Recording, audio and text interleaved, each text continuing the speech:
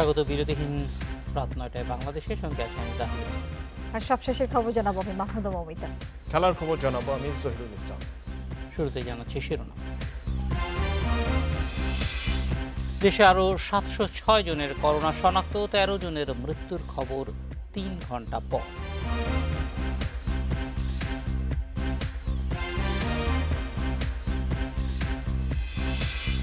সাফারে পোশাক শ্রমিকদের নমুনা সংগ্রহ না করার অভিযোগ, বিপাকে সন্দেহভাজনরা।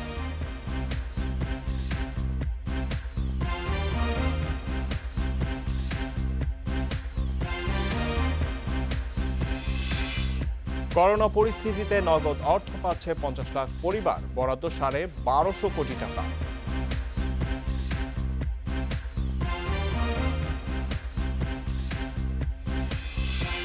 ব্রিফিংয়ের ৩ ঘন্টা পর করোনায় ১৩ জনের মৃত্যু খবর দিল স্বাস্থ্য অধিদপ্তর। এর আগে নিয়মিত ব্রিফিংয়ে অতিরিক্ত মহাপরিচালক নাসিমা সুলতানা জানান, গত ২৪ ঘন্টায় ৫,৮৬৭ নমুনা পরীক্ষা করে ৭০৬ জনের করোনা শনাক্ত হয়েছে, যেটি বুধবারের তুলনায় ৮৬ জন কম। দেশে প্রথম করোনা রোগী শনাক্ত হয় ৮ মার্চ। ২ মাসে এ সংখ্যা পৌঁছে গেছে প্রায় ১২,৫০০। গত একদিনে ৩৪টি ল্যাবে ৫,৮৬৭ নমুনা পরীক্ষা করা হয়েছে। এ নিয়ে মোট নমুনা পরীক্ষা হয়েছে ১,৫,৫১৩টি। আর সব মিলিয়ে আক্রান্তের সংখ্যা দাঁড়িয়েছে ১২,৪২৫ জনে। নমুনা পরীক্ষা করে যা শনাক্ত হয়েছে ৭০৬টি এবং এ পর্যন্ত শনাক্ত ১২,৪২৫। আমাদের এ পর্যন্ত পরীক্ষা হয়েছে ১,০৫,৫১৩ এবং আজকে আমাদের সাথে যুক্ত হয়েছে, আমরা গতদিন পর্যন্ত ৩৩টি ল্যাব ছিল, আজকে আমাদের ৩৪টি ল্যাবে পরীক্ষা হয়েছে এবং আমাদের সাথে নতুন করে যুক্ত হয়েছেন উচ্চতর বিজ্ঞান গবেষণা কেন্দ্র, ঢাকা বিশ্ববিদ্যালয়।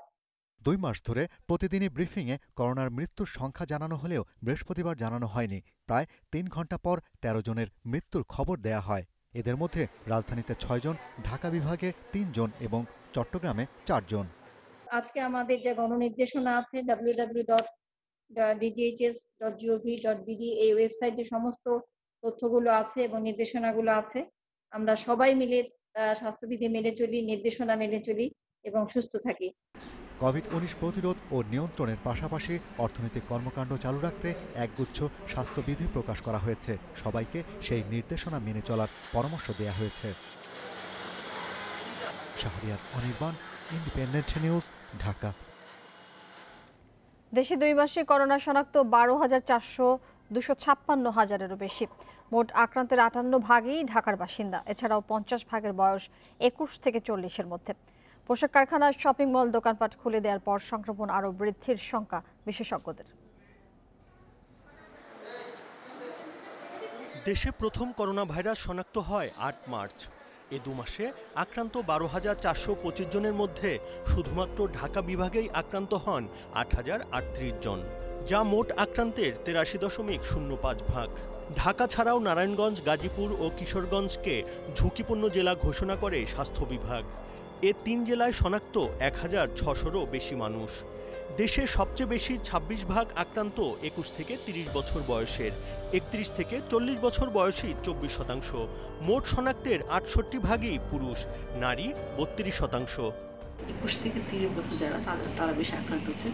আসলে এই গ্রুপটা খুব বেশি বাইরে যাচ্ছেন এবং বাজারে ঘাটে তারা সামাজিক দূরত্বটা মেনটেন করে চলছেন না, যার ফলে তারা কিন্তু আক্রান্তটা বেশি হচ্ছে এবং তাদের কাছ থেকে তাদের ফ্যামিলি আক্রান্ত হচ্ছে। তাদের জন্য আমার উপদেশ থাকবে যে আপনারা যখন বাইরে বেরোবেন অবশ্যই সামাজিক দূরত্বটা মেনটেন করে চলবেন।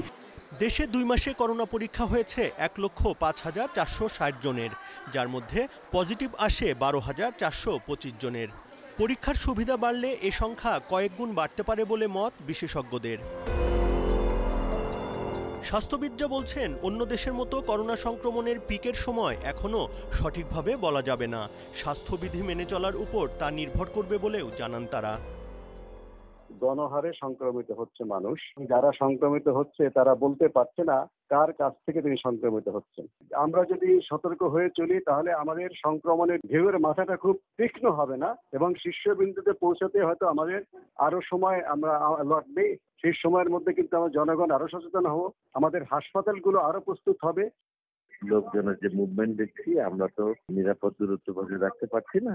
সেই জন্য আমরা ভয় পাচ্ছি যে সংক্রমণের হার না ঝট করে আবার বেড়ে যায়। করণীয় হলো যে বড় বড় মলগুলো খোলা যাবে না, কোনো দোকানের মধ্যে 5 জনের বেশি যেতে পারবে না। যে সমস্ত জায়গায় রোগী পাওয়া যাবে তাদেরকে ইনস্টিটিউশনাল আইসোলেশনে নিয়ে যেতে হবে। দেশে গত 2 মাসে করোনা সংক্রমণে মৃত্যুর 73% পুরুষ আর নারী 27%। Buddhadeb Kundu, independent news, Dhaka.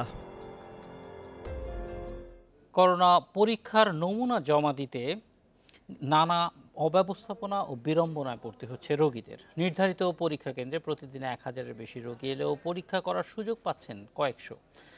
কয়েকদিন ঘুরেও নমুনা জমা দিতে পারেননি অনেকেই অভিযোগ করেছেন। এছাড়া পরীক্ষার ফল পেতে 5 থেকে 7 দিন সময় লাগছে। বিশেষজ্ঞরা বলছেন, রিপোর্ট দ্রুত পাওয়া না গেলে সংক্রমণের ঝুঁকি বাড়বে কয়েক গুণ। করোনা পরীক্ষার নমুনা জমা দিতে বুধবার রাত থেকেই বঙ্গবন্ধু শেখ মুজিব মেডিকেল বিশ্ববিদ্যালয় ও মুগদা জেনারেল হাসপাতালের সামনে অপেক্ষায় অনেকে। ভোর হতেই প্রধান সড়কে দেখা যায় দীর্ঘ লাইন। বিএসএমএমইউ কর্তৃপক্ষ প্রতিদিন 350 নমুনা সংগ্রহের জন্য টোকেন দিলেও হাজারের বেশি অপেক্ষামানদের তুলনায় তা খুবই কম। এই অবস্থায় দীর্ঘ সময় অপেক্ষার পরও নমুনা জমা দিতে পারেননি অনেকে। ভোর 4:30 লাইনে দাঁড়ায় আসছি আমরা। সে ভোর 4:30 থেকে আসছি, এখন পর্যন্ত দাঁড়িয়ে আছে। আমরা এসপিবিএন থেকে আসছি 4টার সময়, এখনো টোকেন পাই নাই। আমি টেস্ট করবো সকাল 8টা, আমাকে আসতে হবে রাত 3:30 বা 3টা। এটা তো স্বাভাবিক একটা ভোগান্তির ব্যাপার। আমার গত 22 এপ্রিল আমার কোভিড-19 পজিটিভ হয়। দেন ফার্দার আমি বাসায় আইসোলেশনে থাকি। এখন হচ্ছে রিপিট পরীক্ষা করতে আসি। এসে যে লাইনে দাঁড়িয়ে আপনার টিকিট সংগ্রহ করবে, এটা তো আমাদের জন্য পসিবল না। আমি গত 6 দিন ধরে আমার ঠান্ডা, জ্বর, কাশি, গলায় ব্যথা, যার জন্য আমি এখন আসছি চেক আপ করতে। আমাকে বলে টোকন নাই, আর হবে না এখন। পরীক্ষার জন্য চিকিৎসকদের সংখ্যা এরই মধ্যে দ্বিগুণ করা হলেও এই মুহূর্তে যে ল্যাব সুবিধা আছে তাতে এর চেয়ে বেশি পরীক্ষা করা সম্ভব না বলছেন বিএসএমএমইউ কর্তৃপক্ষ। আমরা অলরেডি কিন্তু জাস্ট 3-4 দিন আগেই কিন্তু চিকিৎসক বাড়িয়েছি এবং সংখ্যাও বাড়িয়েছি আমরা। তো এই মুহূর্তে হচ্ছিল আপাতত আমাদের চিন্তা নাই, কিন্তু ডেফিনেটলি সিচুয়েশনের প্রেক্ষিতে আমরা ডেফিনেটলি আরও বাড়াবো। এদিকে এত ঝামেলা করে পরীক্ষা করানোর পর এর ফল পেতে সময় লাগছে 3 থেকে 7 দিন। এই অবস্থায় চিকিৎসা শুরু হতেও দেরি হচ্ছে বলছেন ভুক্তভোগীরা। জ্বর, গলা ব্যথা, বুকে ব্যথা অনুভব করে আমি গত 22 তারিখে করোনা পরীক্ষা করার জন্য নমুনা প্রদান করি, কিন্তু এখনো পর্যন্ত আমি আমার ফলাফল জানতে পারিনি। সমস্যার কথা স্বীকার করে স্বাস্থ্য অধিদপ্তর জানিয়েছে, ভোগান্তি কমাতে বিভিন্ন পদক্ষেপ নেওয়া হচ্ছে। কিন্তু আমাদের সংখ্যা বেড়ে যাচ্ছে, আমাদের ল্যাবের সংখ্যা কিন্তু আমরা বাড়াচ্ছি এবং অনেক কিছু নমুনা আমরা অনেক টেস্ট করতে পারছি। এবং রিসেন্টলি আমরা কিন্তু বুথ চালু করেছি, যেখানে রোগীদের ভোগান্তি কমানোর জন্য তারা লাইনে অনেক বেশি দাঁড়িয়ে থাকতে হয়। সে কারণে কিন্তু বুথগুলো চালু করেছি। খুব সহজে কিন্তু সেই বুথগুলোতে যে স্যাম্পলটা দিয়ে আসতে পারে। বিএসএমএমইউ, ঢাকা মেডিকেল সহ রাজধানীর প্রায় 15টি প্রতিষ্ঠানে চলছে করোনা পরীক্ষার নমুনা সংগ্রহ। নুরে জান্নাত, ইন্ডিপেন্ডেন্ট নিউজ।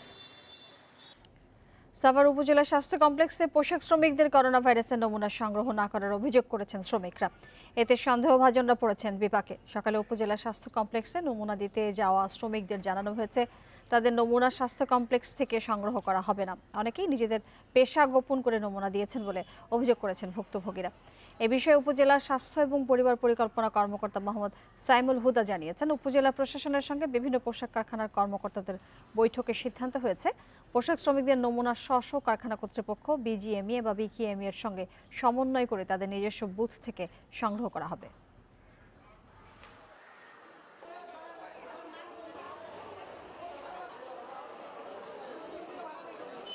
আমাদের ওখানে মেসে লকডাউন দিছে, তার এখানে চেক আপ আছে। তারা বলছে গার্মেন্টসের লোক আমরা এখানে চেক আপ করি না। যারা কইতে পয়লা মিথ্যে কথা কইছে যে আমি গার্মেন্টস শ্রমিক না, তাদের নিচে। মমিতা, এটা একটা অদ্ভুত বিষয়, কোনো টেস্ট নাই, কোনো রোগীও নাই, এটাই পরিস্থিতি হতে পারে। যদি এই সিদ্ধান্তই হয় তাহলে প্রথমে অবশ্যই বুথ বসাতে হবে। আর যদি গার্মেন্ট ফ্যাক্টরিগুলিতে আগেই বসাইয়ে নেয়, তারপরে যদি শ্রমিকদেরকে নিষেধ করা হয় যে ঠিক আছে তোমরা অন্য জায়গায় যেও না, শুধুমাত্র কারখানাগুলিতে করা হবে, তাহলে সেটা হয়। যাই সরকারের পক্ষ থেকে কিন্তু বলা হয়েছে যে আপনি ব্যবস্থা গ্রহণ করে তারপর হচ্ছে যে আপনি শ্রমিকদের কারখানায় ঢোকান। সেটা কিন্তু বলা হয়েছে যে আপনি নিরাপত্তা ব্যবস্থা গ্রহণ করা হবে, টেস্ট তারা করার ব্যবস্থা করবে, এরকম কথা কিন্তু আগে শুনিনি। এটা কিন্তু মালিকরা স্বাস্থ্য কর্মকর্তাদের সঙ্গে বৈঠকে গিয়ে বসেছে। ফলে এটা আমি জানি, যতটুকু আমরা এখনো পর্যন্ত জানি যে সেন্ট্রাল কোনো ডিসিশন এরকম নাই। যাই মনে হচ্ছে হার্ড ইমিউনিটির দিকে যাচ্ছে পরিকল্পনাটা, কিন্তু সেটারও কিছু রিকোয়ারমেন্ট আছে, পরীক্ষা করতে হয়। সে হার্ড ইমিউনিটির দিকে যদি যায়, যারা একটু অপেক্ষাকৃত দুর্বল তারা একটু ভোগান্তি হয়। বাংলাদেশের প্রেক্ষাপটে দেখা যাচ্ছে যারা অবস্থাপন্ন নয়, যারা শ্রমিক, তারা একটা ঝুঁকির মধ্যে পড়ে যাচ্ছেন। হ্যাঁ, ঝুঁকি সবারই আছে, তবে আসলে আমরা কোনো একটা মডেলে যাচ্ছে কিনা সেটা নিশ্চিত না। যে আপনি যখন মডেলে- লকডাউনে থেকেছেন তখন পুরো লকডাউনে থাকেননি, আবার এখন যখন খুলে দিচ্ছেন তখন হার্ড ইমিউনিটির জন্য যেই ধরনের পরীক্ষা এবং হাসপাতালের ব্যবস্থা থাকা দরকার সেটাও আমাদের নাই। নিশ্চয়ই আসলে কেন কি কারণে হয়েছে একটু জেনে নিই। আমাদের সহকর্মী রুবেল আহমেদ আমাদের সাথে যোগ দিচ্ছেন সাভার থেকে। রুবেল, এই যে ঠিক কি কারণে পোশাক শ্রমিকদের নমুনা নেওয়া বন্ধ করা হয়েছে, আপনি ঠিক বিষয়টা জানতে পেরেছেন কিনা?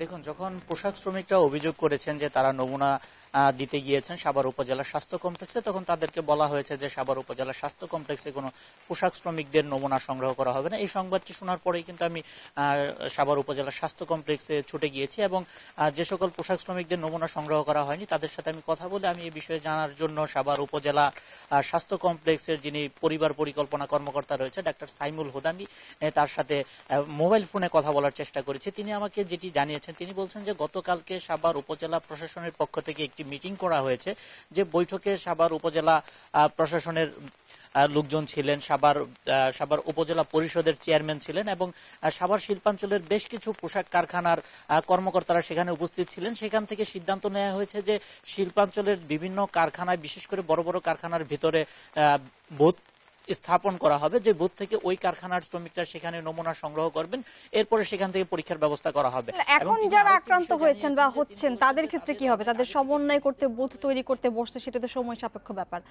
সেই বিষয়ে আসলে এখন কি এই এমার্জেন্সি মুহূর্তগুলো তারা কিভাবে সামাল দেবেন?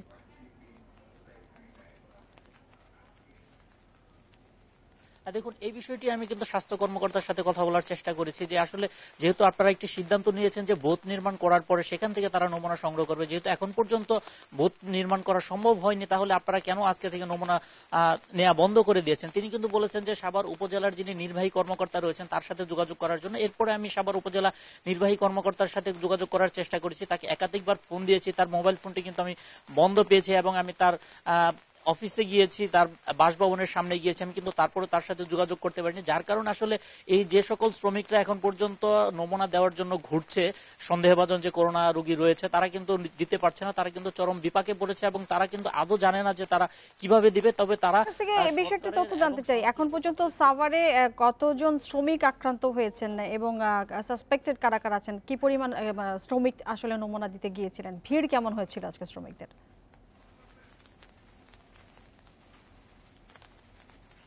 দেখুন, প্রতিদিনই কিন্তু আমরা সাভার উপজেলা স্বাস্থ্য কমপ্লেক্সে দীর্ঘ একটি সারি দেখতে পাই, যে কোনোদিন 40 জন, 50 জন, 60 জন পর্যন্ত আমরা দেখতে পেয়েছি যে নমুনা দিয়েছে। এখন পর্যন্ত সাভার উপজেলায় 63 জনের করোনা শনাক্ত হয়েছে, যার মধ্যে 29 জনই কিন্তু পোশাক শ্রমিক। এবং এই পোশাক কারখানা খোলার পর থেকে কিন্তু পোশাক শ্রমিকদের আক্রান্তের সংখ্যা বেড়ে যাচ্ছে বলে সাভার উপজেলা স্বাস্থ্য কমপ্লেক্সের পক্ষ থেকে আমাদেরকে জানানো হয়েছে। রুবেল, এই যে 63 জনের কথা আপনারা বলছিলেন, এই 63 জন আসলে কিভাবে কি পরিস্থিতিতে আছে? তারা তো শনাক্ত হয়েছে, তাদেরকে কোয়ারেন্টাইনে রাখা হয়েছে কিনা, বা কারখানার পক্ষ থেকে কি উদ্যোগ নেওয়া হয়েছে, সরকারি কিছু নির্দেশনা ছিল সেটি তারা মানছেন কিনা?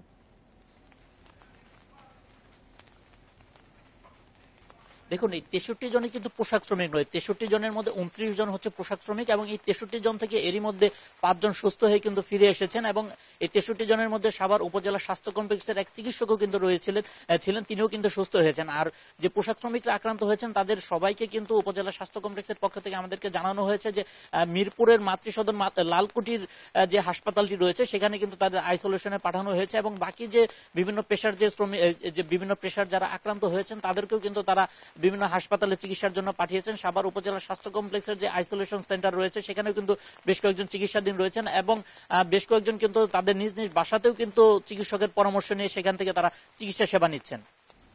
রুবেল, আপনাকে অনেক ধন্যবাদ আমাদের সাথে যুক্ত এই বিষয়ে বিস্তারিত তথ্য দেওয়ার জন্য। সিলেট বিভাগে করোনা পরীক্ষার ল্যাব রয়েছে মাত্র একটি, সেখানে একদিনে নমুনা পরীক্ষা করা যায় সর্বোচ্চ 188টি, অথচ এই বিভাগে প্রতিদিন 400-র বেশি নমুনা সংগ্রহ করা হচ্ছে, ফলে দেখা দিচ্ছে নমুনা জট। পরীক্ষায় দেরি হওয়ায় বাড়ছে করোনা সংক্রমণের ঝুঁকি। 7 এপ্রিল সিলেট ওসমানী মেডিকেল কলেজে বসে করোনা পরীক্ষার একটি পিসিআর ল্যাব।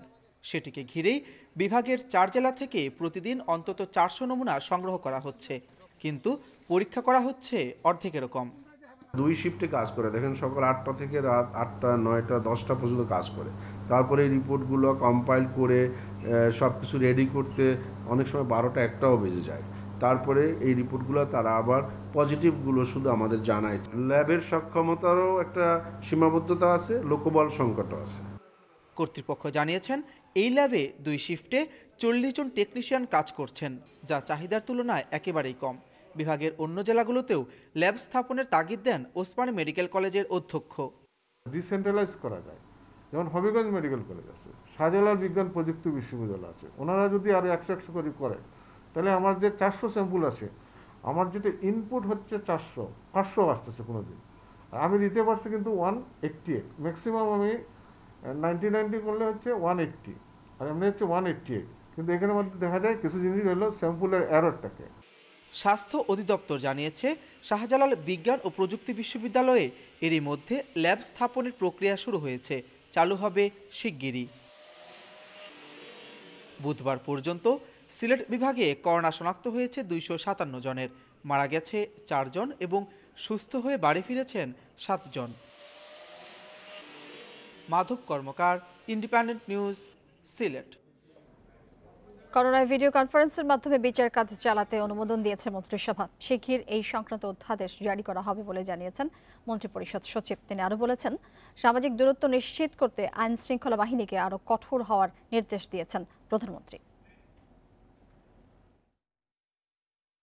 বৃহস্পতিবার প্রধানমন্ত্রী শেখ হাসিনার সভাপতিত্বে মন্ত্রিসভার নিয়মিত বৈঠক বসে গণভবনে। 1 মাস পর অনুষ্ঠিত বৈঠকে অংশ নেন স্বরাষ্ট্রমন্ত্রী আসাদুজ্জামান খান, আইনমন্ত্রী আনিসুল হক ও অর্থমন্ত্রী আ.হ.ম মুস্তফা কামাল। পরে সচিবালয়ে সংবাদ সম্মেলন করেন মন্ত্রিপরিষদ সচিব খন্দকার আনোয়ারুল ইসলাম। তিনি বলেন, করোনায় সশরীরে আদালত পরিচালনা করা সম্ভব নয়, তাই বিচার কাজ চলবে ভিডিও কনফারেন্সের মাধ্যমে। সংসদ না বসায় এই সিদ্ধান্ত অধ্যাদেশ আকারে জারি করা হবে। ভিডিও কনফারেন্সিং সহ অন্যান্য ডিজিটাল মাধ্যমে বিচার কার্যক্রম করার জন্য আদালত কর্তৃক তথ্য প্রযুক্তি ব্যবহার অধ্যাদেশ 2020 শীর্ষক একটি অধ্যাদেশ এখানে উপস্থাপন করা হয়েছে। যেহেতু এখন পার্লামেন্ট চালু নেই, সেজন্য আইন করা যাবে না, বিধায় এটা চলা ভালো। দূরত্ব বজায় রাখা হয়েছে এবং মাস্ক পরে নামাজ পড়েছে সবাই, আর অনেকেই জায়নামাজ নিয়ে এসেছে। আমরা যারা জায়নামাজ জানি না, রুমাল বিছিয়ে আলাদা একটা তৈরি করিয়া নামাজ পড়েছি। আমরা এই করোনা থেকে মুক্তি চাই, গোটা দেশের, গোটা মানুষের, গোটা জাতির জন্য আমরা দোয়া চাই, আল্লাহ যেন আমাদেরকে হেফাজত করে, রহম করে। এই পরিস্থিতিতে এখন আলাদা একটু ফাঁকা হয়ে এবং ডিস্টেন্স মেনটেন করে দাঁড়ানোটা, এটা এখন শরীয়তের বিধান, এটাই এইভাবে পালন করা, এটাই হুকুম। অতএব এখানে শরীয়তের কোনো লঙ্ঘন হচ্ছে না, এটা সবাই যেন মেনে চলেন। সঠিকভাবে স্বাস্থ্যবিধি মেনে চলা কঠিন হলেও ঈদ সামনে রেখে দোকান খোলার প্রস্তুতি শুরু করেছেন ব্যবসায়ীরা। তবে 10 মে খোলা হবে কিনা তা জানা যাবে শনিবার থেকে। তবে বাণিজ্যমন্ত্রী বলছেন, বিপণী বিতান খুলবেন কিনা সেই সিদ্ধান্ত ব্যবসায়ীদের। বেশ জোরে সোরে ধোয়া মোছার কাজ চলছে রাজধানী নিউ মার্কেটে। অনেকদিন পরে আনাগোনা মার্কেটের কর্মীদেরও। 10 মে বিপণী বিতান খোলা হবে কিনা সেই বিষয়ে দ্বিধাদ্বন্দ্ব থাকলেও প্রস্তুতি নিতে হচ্ছে। আবার গাউছিয়া মার্কেট বন্ধ থাকলেও বৃহস্পতিবার সকাল থেকে দোকানের সামনে ভিড় করেন কর্মচারীরা। একই চিত্র মৌচাক মার্কেটেও। ভিতরে আল্লাহর রহমতে আপনার প্রায় ক্লিন হয়ে গেছে, আর অল্প বাকি আছে। এটা আপনার আজকে দিনের মধ্যে ইনশাল্লাহ সম্পূর্ণ ক্লিয়ার হয়ে যাবে। অনেক টাকার মাল বানাইছি, এখন এগুলো যদি সেল করা যেত, অনেক পার্টি তো ফোন দিচ্ছে মালের জন্য, এই জন্য আসা আর কি। নিউ মার্কেট ব্যবসায়ী সমিতির নেতারা বলছেন, ব্যবসায়ীদের একাংশ দোকান খোলা রাখতে চাইলেও আরেক পক্ষ বন্ধের পক্ষে। নিজেদের মধ্যে প্রতিনিয়ত আলোচনা করে চূড়ান্ত সিদ্ধান্ত শনিবার ঘোষণা হবে। তবে প্রস্তুতি থাকলেও স্বাস্থ্যবিধি মেনে চলা চ্যালেঞ্জ হবে বলে মনে করছেন তারা। সর্বোপরি যে সার্বিক পরিস্থিতি, সেটা আমরা অবজার্ভ করার চেষ্টা করছি। বিষয়টা দাঁড়িয়েছে যে করোনা ভাইরাস মোকাবেলার জন্যই আমরা বন্ধ রেখেছিলাম। এখন আমাদের রুজি প্রশ্ন এসে যাওয়াতে, আমাদের কর্মচারীদের বেতনের কোশ্চেনটা আসাতেই আমরা এই খোলার সিদ্ধান্তের দিকে যাচ্ছি। তো তারপরেও আমরা মতামত নিচ্ছি, যে মতামতটা আসবে আমরা 9 তারিখের মধ্যে সবাইকে এটা জানিয়ে দিতে পারবো আমরা ঢাকা নিউ মার্কেট 10 তারিখে খুলবো কি খুলবো। এদিকে বাণিজ্যমন্ত্রী টিপু মুন্সি বলছেন, দোকানপাট খুললেও ব্যবসায়ীদেরকে নিশ্চিত করতে হবে স্বাস্থ্যবিধি। এখন কোনো দোকানদার যদি মনে করে যে আমি দোকান খুলবো না, আমরা এই বাণিজ্য মন্ত্রণালয়ে গিয়ে তাকে তো খুলাতে পারবো না, পারবো কি? অ্যাবসলিউটলি তারা যদি মনে করে যে না খোলা ঠিক হবে না, অথবা একটু 2 ঘন্টা কম খুলবো, অথবা একবারে শক্ত নিয়ম মেনে করব, তাদের উপর নির্ভর করে। সরকারের তরফ থেকে এই সুযোগটা দেওয়া হয়েছে সাধারণ মানুষের কথা চিন্তা করে। স্বাস্থ্য ঝুঁকি এড়াতে 10 মে মার্কেট চালু না করার কথা জানিয়েছে বসুন্ধরা সিটি কমপ্লেক্স ও যমুনা ফিউচার পার্ক কর্তৃপক্ষ। Shahid Ahmed, independent news, Dhaka.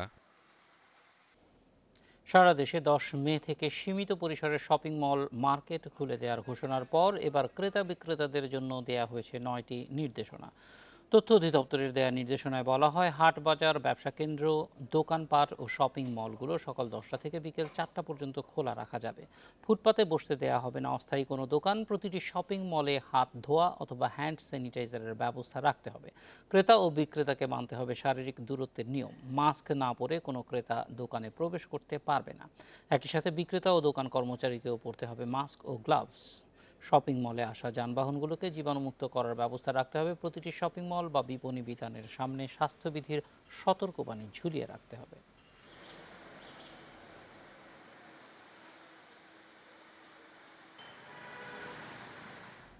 দেশে করোনা ভাইরাসে আক্রান্তের সংখ্যা দিন দিন বাড়ছে। এমন পরিস্থিতিতে দোকান মালিক, কর্মচারী এবং ক্রেতাদের স্বাস্থ্য ঝুঁকি বিবেচনা করে ঈদ উল ফিতর পর্যন্ত সারা দেশে স্বর্ণের দোকান বন্ধ রাখার সিদ্ধান্ত নিয়েছে বাংলাদেশ জুয়েলার্স সমিতি। বৃহস্পতিবার এক সংবাদ বিজ্ঞপ্তিতে সংগঠনটি এই তথ্য জানিয়েছে। সমিতির নেতাদের সঙ্গে টেলিকনফারেন্সের মাধ্যমে এই সিদ্ধান্ত নিয়েছে সংগঠনটি। বিজ্ঞপ্তিতে বলা হয়েছে, সরকারি সিদ্ধান্ত মোতাবেক স্বাস্থ্যবিধি মেনে এবং নিরাপদ দূরত্ব বজায় রেখে কোনো মার্কেট কমিটি জুয়েলারি দোকান খুললে তার দায়ভার নির্দিষ্ট জুয়েলার্স মালিককেই বহন করতে হবে। এর মাধ্যমে কোনো জটিলতা হলে জুয়েলার্স সমিতি দায়ভার নেবে না বলে জানানো হয় বিজ্ঞপ্তিতে।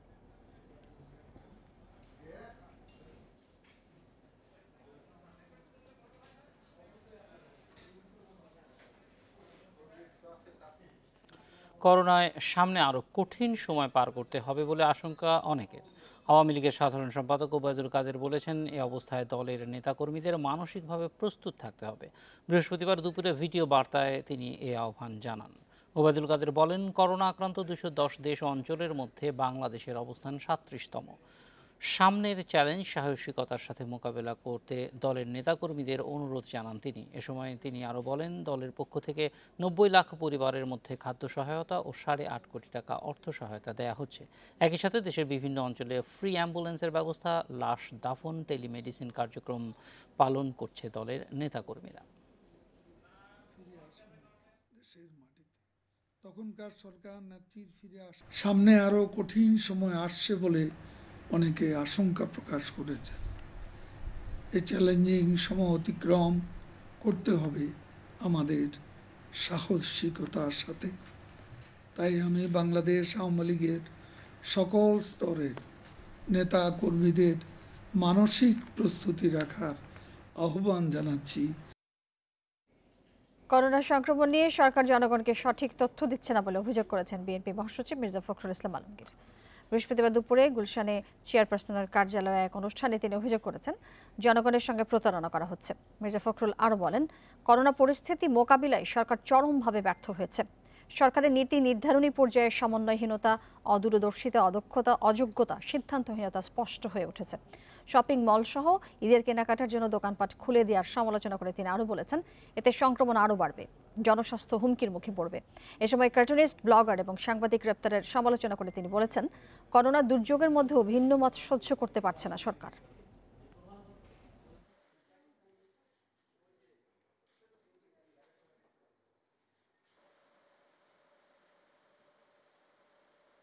সরকারের তরফ থেকে যে আক্রান্ত এবং অসুস্থ, সুস্থ এবং মৃত্যুর যে ইনফরমেশন ডাটাগুলো দেওয়া হচ্ছে, আমার তো মনে হয় বাংলাদেশের কোনো মানুষ তো বিশ্বাস করে, যাদের এতটুকু দায়িত্ব বোধ নেই, যারা এই চরম দুর্দিনে জনগণকে সঠিক তথ্য দিচ্ছে না, বিভ্রান্ত করছে, জনগণকে প্রতারণা করছে, এটা ক্রিমিনাল অফেন্স কি বলবো।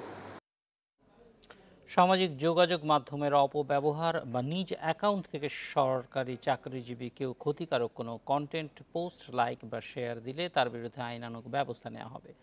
সরকারি প্রতিষ্ঠানের সামাজিক যোগাযোগ মাধ্যম ব্যবহার নির্দেশিকা 2019-এর পরিমার্জিত সংস্করণ অনুসরণ বিষয়ক এক পরিপত্রে এই সতর্কতা জারি করে জনপ্রশাসন মন্ত্রণালয়। করোনা ভাইরাসের সৃষ্ট সংকটের এই সময়ে সামাজিক যোগাযোগ মাধ্যমে সরকারি চাকরিজীবীদের রাষ্ট্রীয় গুরুত্বপূর্ণ ব্যক্তিদের নিয়ে বিরূপ মন্তব্য সম্বলিত পোস্ট, ছবি, অডিও বা ভিডিও আপলোড, কমেন্ট, লাইক ও শেয়ার করা থেকে বিরত থাকতে নির্দেশ দেওয়া হয়েছে। একই সঙ্গে সামাজিক যোগাযোগের বিভিন্ন মাধ্যমে সরকার বা রাষ্ট্রের ভাবমূর্তি ক্ষুণ্ণ হয় এমন কোনো পোস্ট থেকেও বিরত থাকতে বলা হয়েছে। জাতীয় ঐক্য ও চেতনার পরিপন্থী কোনো রকম তথ্য উপাত্ত প্রকাশ করা থেকে বিরত থাকা সহ মোট 8টি নির্দেশনা দেওয়া হয় জনপ্রশাসন মন্ত্রণালয়ের পরিপত্রে।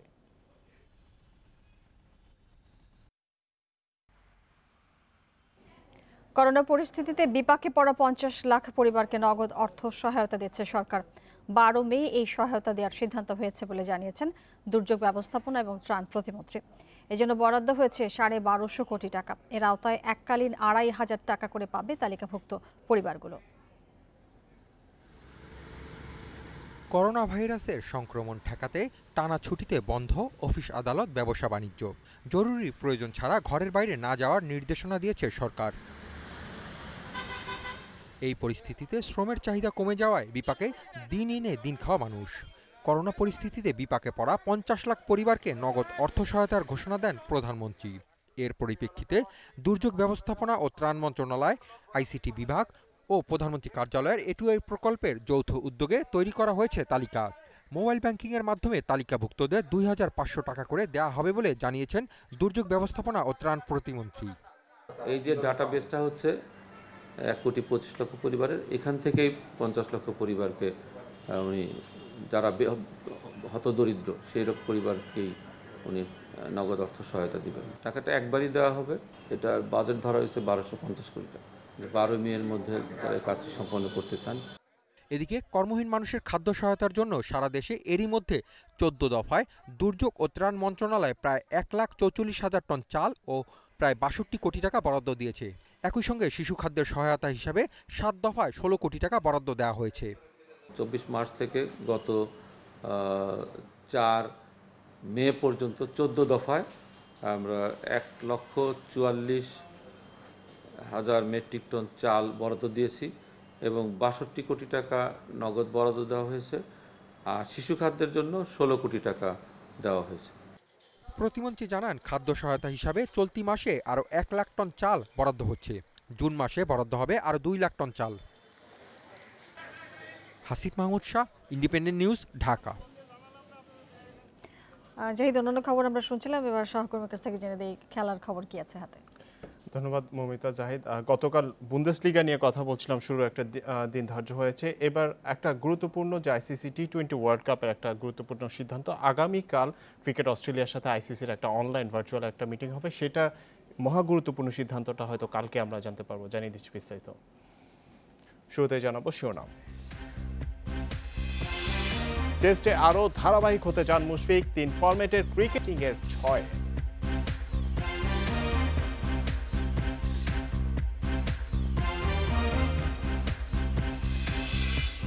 বাফুফের সোমবারের সভাতেই হতে পারে প্রিমিয়ার লিগের ভাগ্য নির্ধারণ। আলোচনা হবে জেমির চুক্তির নবায়ন নিয়ে।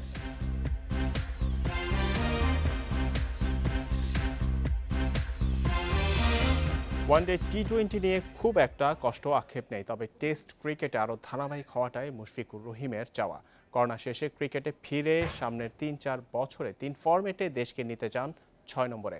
অনুশীলন নিয়ে নিজের দর্শনের কথাও জানিয়েছেন অনলাইন আড্ডায়। 20 বছর হয়ে গেছে টেস্ট স্ট্যাটাসের। দীর্ঘ সময় পরেও সাদা পোশাকে ধারাবাহিক নয় বাংলাদেশ। বিদেশের পরিসংখ্যান লজ্জায় ফেলে দেয়। দেশ ধারাবাহিক না হলে মুশফিকের ব্যাট ঠিকই ধারাবাহিক। তিনিই যে টাইগারদের সেরা ব্যাটসম্যান। আগামী 3-4 বছরে দলকে নিতে চান 6 নম্বরে। মুশফিকের হতাশা আছে করোনায় স্থগিত হওয়া সিরিজগুলো নিয়ে। সামনের চ্যালেঞ্জে অধিনায়ক মুমিনুলের উপর ভরসা রাখছেন সাবেক অধিনায়ক।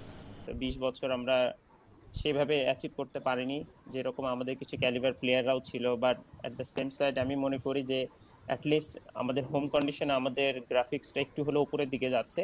তো আমাদের মেইন কনসার্ন সেটা হচ্ছে অ্যাব্রোডে। তো অ্যাব্রোডে ডেফিনেটলি আমাদের অনেক বড় চ্যালেঞ্জ সামনে অপেক্ষা করছে, এবং টেস্ট চ্যাম্পিয়নশিপ যেটা শুরু হয়েছে মাঝখানে এখন অবশ্যই বন্ধ আছে, তো এটা একটা অনেক বড় চ্যালেঞ্জ। অনুশীলনে সবচেয়ে বেশি সময় দেন মিস্টার ডিপেন্ডেবল। ঘন্টার পর ঘন্টা টেকনিক ফিটনেস নিয়ে কাজ করেন একা একা। মাঠের পারফরমেন্সে পরিশ্রমের ছাপ পাওয়া যায়। এত অনুশীলনের দর্শন তুলে ধরেছেন মুশফিক। সবসময় ট্রাই করি ফলো করা, যে আমার প্রিপারেশন যেটা বলি, আমি যেটা অনেকেই আরিফ ভাই বলেন বা রশন ভাই ওনারা জানেন যে I M a big preparation believer. তো আমার মনে হয় যে প্রিপারেশনগুলো যদি আমার ঠিক থাকে, that gives me a lot of confidence going into any match. সেটা হতে পারে একটা নর্মাল ম্যাচ বা একটা big match.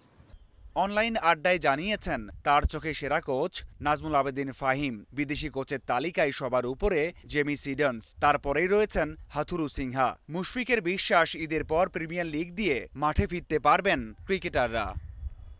Mazharul Islam, independent news. জুলাইয়ে বাংলাদেশের শ্রীলঙ্কা সফরও বাতিলের মুখে বিকল্প সূচি নিয়ে এখনই কথাবার্তা শুরু করে দিয়েছে দুই বোর্ড। আগস্টে ঘরের মাঠে নিউজিল্যান্ড সিরিজ নিয়েও আছে জোর অনিশ্চয়তা। করোনা পরিস্থিতি উন্নতি না হওয়া পর্যন্ত ঘরে বসে অফিসিয়াল কাজ করছেন কর্তারা। আইসিসির ও বাকি দেশগুলোর সাথে যোগাযোগ রাখছে বিসিবি, নিশ্চিত করেছেন প্রধান নির্বাহী নিজামুদ্দিন চৌধুরী সুজন। আন্তর্জাতিক ক্রিকেট 30 জুন পর্যন্ত স্থগিত রেখেছে আইসিসি। করোনা পরিস্থিতির উন্নতি হয়নি। সদস্য দেশের মেডিকেল টিমগুলোর সতর্কবার্তায় ডেডলাইনের পরেও ক্রিকেট ফেরা নিয়ে শঙ্কা আছে। রাতের অন্ধকার কেটে সূর্যের দেখা পেয়েছে অনেক দেশ, ফিরতে শুরু করেছে স্বাভাবিক জীবনে। তবে ক্রিকেট বিশ্ব এখনো ডুবে আছে সেই অন্ধকারেই। বাকি দেশগুলোর মতোই সিরিজ স্থগিত হচ্ছে বাংলাদেশের। পাকিস্তান, আয়ারল্যান্ড, অস্ট্রেলিয়ার পর বাতিলের খাতায় যোগ হতে যাচ্ছে শ্রীলঙ্কা সফরও। জুলাইয়ে 3 টেস্ট খেলার কথা মুমিনুলদের। আগস্টে ঘরের মাঠে নিউজিল্যান্ড সিরিজ নিয়েও শঙ্কা আছে। এখন পর্যন্ত এ ব্যাপারে কোনো কনক্রিট কোনো কনক্লুশনে আমরা আসতে পারিনি, তবে উই আর ইন ডিসকাশন। আমরা যদি এই সিরিজটা সময় মতো আয়োজন করা না যায়, সেক্ষেত্রে অন্য কি অপশন আছে, সবকিছু নিয়ে আমরা কথাবার্তা বলছি। বিসিবির কার্যালয় কবে খোলা হবে নিশ্চিত নয়। ঘরে বসে গুরুত্বপূর্ণ কাজ, মিটিং সারছেন কর্তারা। ভবিষ্যৎ করণীয়, নতুন সূচি ঠিক করা নিয়ে বোর্ডগুলোর সাথে সবসময় যোগাযোগ রাখছে আইসিসি। আমরা রিমোটলি অফিস করছি এবং আমাদের মধ্যে ইন্টারনাল যে আমাদের টেলিকনফারেন্স হচ্ছে অন রেগুলার বেসিস। আমাদের বাইরের যে ক্রিকেট বোর্ডগুলো আছে সেগুলোর সাথে সার্বক্ষণিক যোগাযোগ হচ্ছে এবং বিভিন্নভাবে আমাদের যে অফিস অপারেশনের যে কাজগুলো, যেগুলো প্রায়োরিটি বেসিসে আমরা ঠিক করে আমরা এই অফিস অপারেশনটা আমরা চালাচ্ছি। মাঠে খেলা নেই, ক্রিকেটারদের বেতন বোনাস নিয়ে চিন্তা করতে মানা বিসিবির। সময় মতোই সব পেয়ে যাবেন কোচিং স্টাফ, ক্রিকেটাররা। মাঠের বাইরে চিন্তা বাদ দিয়ে সুস্থ থেকে ফিটনেসের কাজ করতে বলছে board. Mazharul Islam, independent news. টি-20 বিশ্বকাপের ভাগ্য নির্ধারণ হতে পারে কাল। অনলাইনে ক্রিকেট অস্ট্রেলিয়ার সাথে আলোচনা সারবে আইসিসি। প্রধান নির্বাহীদের আগে সভাতেও এসেছিল বিশ্বকাপ প্রসঙ্গ। সেখানে অস্ট্রেলিয়ার প্রতিনিধি করোনা পরিস্থিতি আর সরকারের অনুমিত কথা জানিয়েছিলেন। সুনির্দিষ্ট কোনো দিক নির্দেশনা মেলেনি। এবারের আলোচনা শেষে জানা যেতে পারে বিশ্বকাপের ভাগ্য। 5 মাস পর 16 দেশের লড়াই হওয়ার কথা অস্ট্রেলিয়ায়। বেশ কিছু বিষয় নিয়ে আলোচনা হবে দুপক্ষের মাঝে। এবছর টুর্নামেন্ট আয়োজন করতে সব দেশের অনুমতি দরকার। হতে পারে দর্শক শূন্য মাঠে। 2021 ও 2022 যে কোনো এক বছর টুর্নামেন্ট করতে চাইতে পারে অজিরা।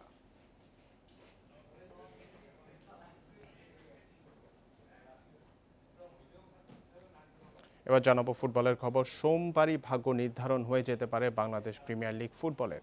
বেশিরভাগ ক্লাব চলতি মৌসুম বাতিলের পক্ষে থাকলেও ফুটবলাররা সিঙ্গেল লেগে হলেও খেলতে চায়। এমন পরিস্থিতিতে বাফুফে কী সিদ্ধান্ত নেয় সেদিকে তাকিয়ে সবাই। সভায় হেড কোচ জেমিডের চুক্তি নবায়ন ও সাইফ স্পোর্টিংয়ের নিষেধাজ্ঞা নিয়েও আলোচনা হবে বলে জানিয়েছেন বাফুফের সাধারণ সম্পাদক আবু নাইম সোহাগ। সোমবার বাফুফের জরুরি সভা। ধারণা করা হচ্ছে প্রিমিয়ার লিগের ভবিষ্যৎ জানা যাবে এদিন। লিগ কমিটির সঙ্গে আলাপে বেশিরভাগ ক্লাবই লিগ বাতিলের পক্ষে মত দিয়েছিল। অন্যদিকে ফুটবলাররা সিঙ্গেল লেগে হলেও খেলতে চায়। এমন পরিস্থিতিতে এখনই চূড়ান্ত সিদ্ধান্ত হবে কিনা সে প্রশ্নও আছে। তবে চূড়ান্ত সিদ্ধান্ত হবে কার্যনির্বাহী সভায়, সেটা সোমবারই হোক কিংবা পরে। আগামী সোমবারের মিটিংয়ে আমাদের বোর্ড কর্তৃক, নির্বাহী কমিটি কর্তৃক যে ডিসিশন নেওয়া হবে সেই ডিসিশন অনুযায়ী আমরা সংশ্লিষ্ট সকলকে অবগত করে এবং বাকি অন্যান্য পেরিফেরাল ইস্যুসগুলো কমপ্লাই করে আমরা সামনে এগিয়ে যাব। একই সাথে জেমিডের সাথে চুক্তি নবায়নের জন্য আরও 1 সপ্তাহ সময় লাগবে। জানিয়েছেন বাফুফের সাধারণ সম্পাদক। জ্যামিডের সাথে চুক্তি নবায়ন করার জন্য আগামী মিড অফ আগস্ট থেকে পরবর্তী 2 বছরের জন্য দীর্ঘমেয়াদী একটি সময়ে চুক্তি নবায়ন করার জন্য বাংলাদেশ ফুটবল ফেডারেশন তার সাথে করেসপন্ডেন্স করছে, তার সাথে কমিউনিকেট করছে। এদিকে 3 বিদেশি ফুটবলারের পাওনা টাকা পরিশোধের অভিযোগে দেশি বিদেশি সব ধরনের খেলোয়াড় নিবন্ধনে নিষেধাজ্ঞায় সাইফ স্পোর্টিং ক্লাব। গেল মার্চে ফিফার ডিসিপ্লিনারি কমিটি বকেয়া ও ক্ষতিপূরণ দেওয়ার নির্দেশনা দিলেও সেই নির্দেশ মানেনি ক্লাবটি। শুধু নিষেধাজ্ঞা নয়, সময়মতো টাকা জমা না দিলে কাটা হতে পারে প্রিমিয়ার লিগের পয়েন্টও। এমন অবস্থায় ক্লাবটির সঙ্গে সার্বক্ষণিক যোগাযোগ রাখছে Bafufe. Being the governing body Bangladesh football federation, আমরা সাইফ স্পোর্টিং ক্লাবকে এই পরিস্থিতিতে তাদেরকে হেল্প করার জন্য আমরা প্রতিনিয়ত তাদের সাথে যোগাযোগ রাখছি। পরিস্থিতি স্বাভাবিক হলেই সাইফ স্পোর্টিং ক্লাবের পক্ষ থেকে তারা প্রস্তুত রয়েছে সেই টাকাটা রেসপেক্টিভ ব্যাংক অ্যাকাউন্টগুলোতে পাঠিয়ে দেওয়ার জন্য। করোনা পরবর্তী সময়ে বদলি খেলোয়াড় 5 জন, ম্যাচের সময় কমিয়ে আনা সহ আরও যে নতুন নিয়ম চালুর চিন্তা করছে সেসব নিয়েও আলোচনা হবে বাফুফের কার্যনির্বাহী কমিটির সভায়। Kamrul Hasnat, independent news, Dhaka. খেলার খবর এই ছিল আমার কাছে সবশেষ। চলে যাচ্ছি মূল আয়োজনে। এছাড়া সংবাদে আরো যা থাকছে।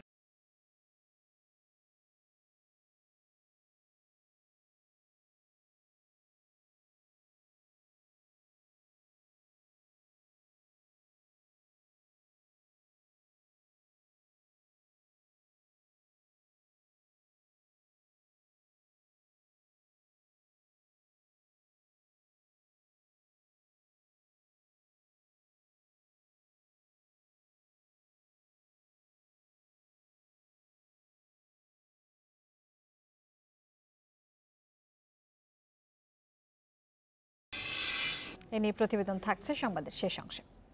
চট্টগ্রামে করোনা ভাইরাস শনাক্তের পরীক্ষার সংখ্যা বাড়াতে বিআইটিআইডির পাশাপাশি চট্টগ্রাম বিশ্ববিদ্যালয় সহ আরও কয়েকটি জায়গায় ল্যাব স্থাপনের চেষ্টা চলছে বলে জানিয়েছেন তথ্যমন্ত্রী ডক্টর হাসান মাহমুদ। বৃহস্পতিবার চট্টগ্রাম সার্কিট হাউস মিলনায়তনে এক সভায় তিনি এই কথা বলেছেন। তিনি আরও বলেছেন, করোনা রোগীদের জন্য নগরীর হোলি ক্রিসেন্ট হাসপাতালকে সরকারিভাবে পরিচালনা করার প্রক্রিয়া শুরু হয়েছে। হোলি ক্রিসেন্ট হাসপাতালে 20টি আইসিইউ ইউনিট এবং 60টি আইসোলেশন বেড, সেই বেড আমরা 80টিতে উন্নতি করতে বলেছি, অর্থাৎ টোটাল 100 উন্নীত করে এটি সরকারি ব্যবস্থাপনায় চালু করার সিদ্ধান্ত আমরা এই বৈঠকে নিয়েছি। চট্টগ্রাম বিশ্ববিদ্যালয়েও আরও একটি আমরা যাতে সেখানেও করোনা টেস্ট করা যায় সেটিরও আমরা চেষ্টা করছি। খেলাপি ঋণ, মূলধন ঘাটতি সহ নানা সংকটে জর্জরিত দেশের ব্যাংক খাত। এরই মধ্যে অর্থনীতি চাঙ্গা করতে প্রণোদনা প্যাকেজ বাস্তবায়ন করবে ব্যাংকগুলো।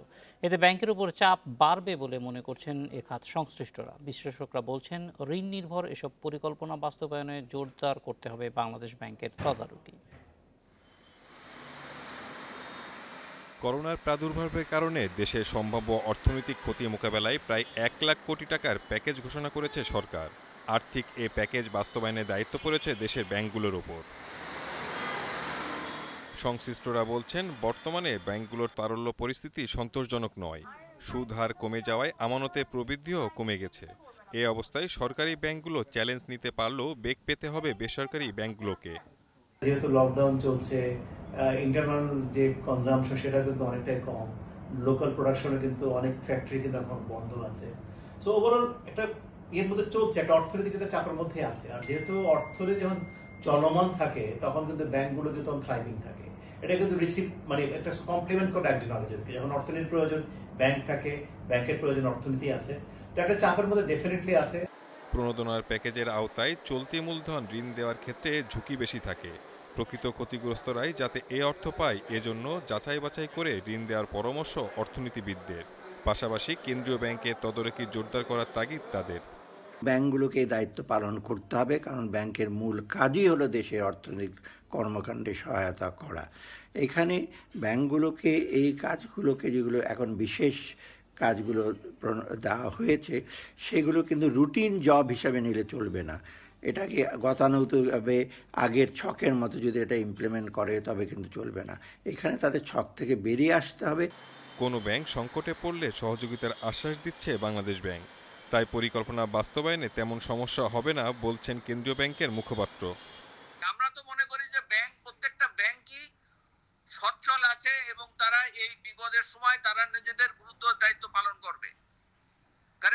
একটা মৌলিক দায়িত্বের মধ্যেও পড়ে। তারপরেও যদি সাময়িক কোনো সমস্যা থাকে, সেই কারণে তো বাংলাদেশ ব্যাংক সে যে টাকায় দেবে তার 50% আবার বাংলাদেশ ব্যাংক তাকে রিইম্বার্সমেন্ট দিয়ে দেবে। কোনো ব্যাংক প্রণোদনা ঋণের অপব্যবহার করলে শাস্তি হিসেবে সুদ ভর্তুকি না দেওয়া সহ বিভিন্ন ব্যবস্থা রাখা হয়েছে। অনিয়ম রোধে আলাদা সেলও গঠন করেছে Bangladesh bank. Shahid Ahmed, independent news, Dhaka. বিশ্বের দ্বিতীয় দেশ হিসেবে করোনায় 30,000-এর বেশি মানুষের মৃত্যু দেখল যুক্তরাজ্য। গত 24 ঘন্টায় দেশটিতে মারা গেছে 649 জন। আর শীর্ষ স্থানে থাকা যুক্তরাষ্ট্রে একদিনে 2,500-এর বেশি মৃত্যু নিয়ে মোট প্রাণহানি ছাড়িয়েছে 74,000। এ পর্যন্ত মৃতের সংখ্যা 2,65,000-এর বেশি। বিশ্বের 212টি দেশ এবং অঞ্চলে আক্রান্ত প্রায় 38.5 লাখ মানুষ। সুস্থ হয়েছেন 13 লাখের বেশি। মানুষের প্রাণহানি হলো বিশ্বে। এর মধ্যে সবচেয়ে বেশি মারা গেছে যুক্তরাষ্ট্রে 2,500-এর বেশি। করোনার এই প্রকোপকে পার্ল হারবার হামলার চাইতেও ভয়াবহ বলে উল্লেখ করেছেন মার্কিন প্রেসিডেন্ট ডোনাল্ড ট্রাম্প। আর এর জন্য আবারও চীনকেই দায়ী করেছেন তিনি। তবে যুক্তরাষ্ট্রের অভিযোগ নাকচ করে উল্টো ট্রাম্পের বিরুদ্ধে করোনা মোকাবেলায় ব্যর্থতার তদন্তের দাবি বেইজিংয়ের। চীনা পরীক্ষাগার থেকে ভাইরাসের উৎপত্তি হয়েছে মার্কিন পররাষ্ট্রমন্ত্রীর এমন মন্তব্যের কড়া সমালোচনা করেছে দেশটি। এর জন্য পম্পেওকে মানসিক বিকারগ্রস্ত বলে মন্তব্য করেছে চীনের রাষ্ট্রীয় সংবাদ মাধ্যম। শুরু থেকে করোনা ভাইরাস নিয়ে চীন স্বচ্ছতা বজায় রেখেছে। বিশ্ব স্বাস্থ্য সংস্থার পাশাপাশি যুক্তরাষ্ট্র সহ সব দেশকেই নিয়মিত তথ্য দেওয়া হয়েছে। চীনে যখন পরিস্থিতি নিয়ন্ত্রণে, তখনও বিষয়টি জানিয়ে সর্বাত্মক সহযোগিতার আশ্বাস দিয়েছে বেইজিং। এখন এই ধরনের অভিযোগ সত্যি দুঃখজনক। মৃতের দিক থেকে দ্বিতীয় অবস্থানে পৌঁছেছে যুক্তরাজ্য। 24 ঘন্টায় 649 জনের মৃত্যুসহ দেশটিতে প্রাণহানি ছাড়ালো 30,000। সংক্রমণ ও মৃতের সংখ্যা বাড়তে থাকায় লকডাউন ইস্যুতে দ্রুত পরবর্তী সিদ্ধান্ত নিতে যাচ্ছে ব্রিটিশ সরকার। এদিকে দৈনিক 1 লাখ নমুনা পরীক্ষার লক্ষ্যমাত্রা পূরণে ব্যর্থ হচ্ছে দেশটি। তুরস্ক থেকে আসা পিপিএর মান নিয়েও অসন্তোষ জানিয়েছে যুক্তরাজ্য। গত কয়েকদিনের তুলনায় ইতালিতে আবারও বেড়েছে মৃতের সংখ্যা। 24 ঘন্টায় দেশটিতে মারা গেছে 369 জন। এ নিয়ে মোট প্রাণহানি 29,684 জন। আক্রান্ত ছাড়ালো 12.5 লাখ। নমুনা পরীক্ষার জন্য 3,500 ইউরো ব্যয় হলেও জরুরি ভিত্তিতে ফল জানতে বেসরকারি হাসপাতালগুলোর দিকে ঝুঁকছে মানুষ। এদিকে বুধবার টানা চতুর্থ দিনের মতো দিনে 10,000-এর বেশি মানুষ আক্রান্ত হলেও আগামী সপ্তাহ থেকে শিল্প কারখানা খুলে দেওয়ার সিদ্ধান্ত নিয়েছে রাশিয়া। করোনার কারণে রোববারের প্রেসিডেন্ট নির্বাচন স্থগিত করেছে পর্তুগাল। তবে করোনায় সংক্রমণ ও মৃতের সংখ্যা কমায় ধাপে ধাপে লকডাউন তুলে নিতে শুরু করেছে স্পেন। অবশ্য নতুন করে সংক্রমণ রোধে জরুরি অবস্থার মেয়াদ 2 সপ্তাহ বাড়িয়েছে দেশটি। বুধবার করোনায় নতুন করে ব্রাজিলে 645, বেলজিয়ামে 323, জার্মানিতে 282, ফ্রান্সে 278 জনের মৃত্যু হয়েছে। মৃতদের শেষকৃত্য আয়োজনে হিমশিম খাচ্ছে ব্রাজিল। স্থান সংকুলান না হওয়ায় দেয়া হচ্ছে গণকবর। Nusrat Serin, Independent News. Corona রোগীর খোঁজে এবার মাঠে নামছে ফেলুদা। শুনতে অবাক লাগলো, সত্যজিৎ রায়ের সৃষ্টি এই অমর গোয়েন্দা চরিত্রের নামেই করোনার নমুনা পরীক্ষার কিটের নাম দিয়েছেন ভারতীয় বিজ্ঞানীরা। তাদের দাবি, ফেলুদার মতোই করোনার রোগ শনাক্তে শতভাগ সফল তাদের এই আবিষ্কার। করোনা যুদ্ধে ফেলুদা বেঁচে থাকলে হয়তো গ্যাংটকে গন্ডগোল, সোনারকেল্লা বা জয় বাবা ফেলুনাথের মতো করোনা নিয়েও এমনই কোনো গল্প লিখে ফেলতেন সত্যজিৎ রায়। সত্যজিৎ নেই তাতে কি, তার অমর সৃষ্টিকে নানাভাবে স্মরণ করছে বিশ্ব। বিশেষ করে বাঙালিদের কাছে সত্যজিৎ চিরন্তন এক সত্তা। মহান ব্যক্তির জন্মশতবার্ষিকীতে তাই ভিন্নভাবে তাকে সম্মান জানালেন 2 বাঙালি বিজ্ঞানী। তাদের আবিষ্কার করা করোনা শনাক্তকারী কিটের নাম দিয়েছেন ফেলুদা। তারা বলছেন, ফেলুদা যেমন রহস্যের জাল ভেদ করে আসল অপরাধীকে চিহ্নিত করতেন, ঠিক তেমনি দ্রুত করোনার অস্তিত্ব খুঁজে বের করতে পারদর্শী তাদের এই আবিষ্কার। সম্পূর্ণ দেশীয় উপাদান দিয়ে তৈরি কম মূল্যে করোনার নমুনা পরীক্ষার কিট আবিষ্কারের দাবি করেছেন সৌভিক মাইতি ও দেবজ্যোতি চক্রবর্তী। বিশ্ব স্বাস্থ্য সংস্থার অনুমোদন না পেলেও এরই মধ্যে তাদের কিটকে ছাড়পত্র দিয়েছে Indian council for medical research. Corona virus বারবার রূপ বদলালেও এই কিটের মাধ্যমে মাত্র 90 মিনিটে তা শনাক্ত করা সম্ভব। আর কিটটির দাম মাত্র 500 রুপি। রেশমি নন্দী, ইন্ডিপেন্ডেন্ট নিউজ। এই ছিল রাত ৯টায় বাংলাদেশে। ইন্ডিপেন্ডেন্ট টেলিভিশনের সব খবরের আরো বিস্তারিত জানতে চোখ রাখুন ফেসবুক, ইউটিউব এবং টুইটারে। সঙ্গে থাকার জন্য ধন্যবাদ।